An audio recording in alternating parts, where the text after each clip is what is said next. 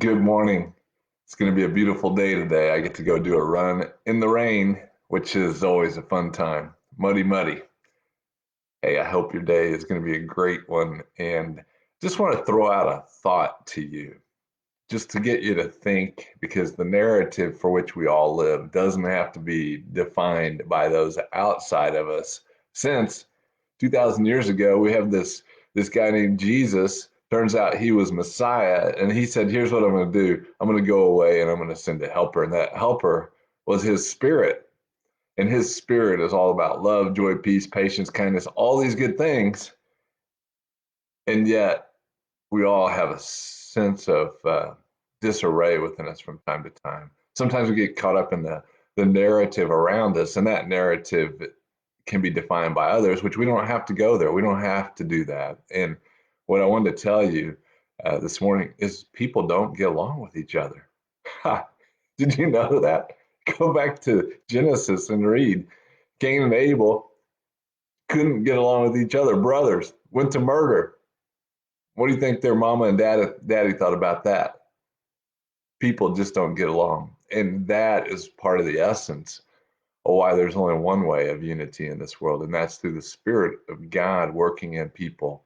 It doesn't even matter what we look like. The Spirit of God can bring unity. If we could fix unity with words or whatever, there wouldn't be divorces, there wouldn't be wars, there wouldn't be all kinds of things. And so the only way we're going to have unity is each one of us realizing that God loved us, sent his son, put his spirit in us. His spirit is a unifier, a reconciler, one that can take two groups of people and make them one. He's done it over and over again. And Paul writes about that. If you look over in Ephesians chapter 2, verses 13 through 16, think about this. I was thinking about how peace comes to this planet this morning, and the way it came in my voice, in my head, was through this voice of Linus reading the Christmas story in Charlie Brown. Like, how old is that, right? And he says in there that the angel said, "Peace, goodwill to men," and that's what God brought. He brought goodwill and peace to men. But apart from chasing Jesus, we're just going to have frustration and anxiety. And so, to give yourself a different narrative to realize that Jesus said, "Blessed are the peacemakers." I am a peacemaker. I can't tell you how to be a peacemaker. I know how he makes me a peacemaker in my circles of influence. And so Ephesians is a great place to see what he did. He uses past tense verbs here to give you an idea that he is the source of peace on this planet. So check this out. It's pretty cool. Ephesians 2, verses 13 through 16. He says, "But now, right now, in Christ,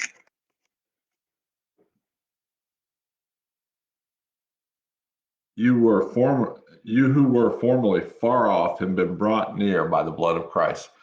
There was a sacrifice to bring peace, and it was Jesus. "For he himself is our peace, who made both groups, two groups, into one and broke down the barrier of the dividing wall." There was two groups that had a barrier, a dividing wall, a lot of hatred by that barrier. And those two groups were Jewish and Gentiles. And he said, well, he tore down that wall by abolishing in his flesh the enmity, the anger, the frustration, which is the law of commandments contained in ordinance, so he himself might make took the two and made them into one.